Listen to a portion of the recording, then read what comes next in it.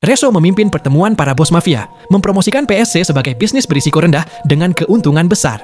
Keesokan harinya, para tahanan dibangunkan secara kasar dan diberi waktu latihan terbatas. Namun sebelum itu, mereka dipaksa bekerja di tambang. Di sana, Turbo menolak bekerja, sementara Boyka meminta agar tetap tenang. Akibat respon Boyka yang tidak Turbo sukai, mereka berdua pun terjadi konflik sebelum akhirnya dipisahkan oleh para penjaga. Seorang petarung lain, Raul Quinones, justru terlihat membaca puisi di atas tambang. Di selnya yang lebih nyaman, Raul menerima obat peningkat performa dari sipir. Malam harinya, ia menunjukkan kekuatan brutal dengan mengalahkan dua petarung sekaligus di ring latihan. Turnamen ronde pertama dimulai. Silva dari Brasil mengalahkan lawannya dengan capoeira. Turbo mengalahkan Andre Kretz dari Kroasia lewat tinju cepat. Boyka menundukkan petarung Prancis dengan kombinasi gulat dan tendangan keras.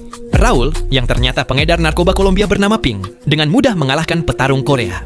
Para petarung yang kalah kemudian dieksekusi secara diam-diam. Keesokan harinya, Boyka dan Turbo kembali bertengkar di tambang hingga dikurung di sel penyiksaan.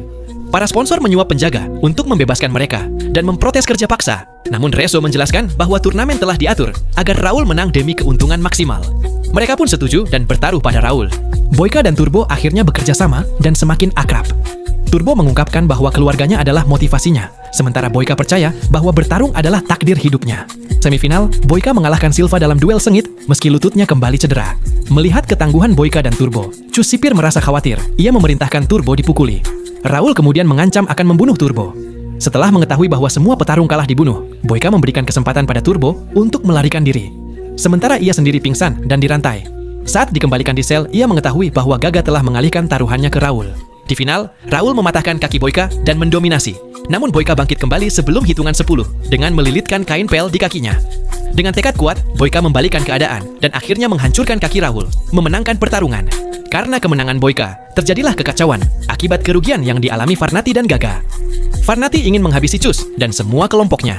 Namun saat fokusnya teralihkan, Cus lebih dulu menembaknya.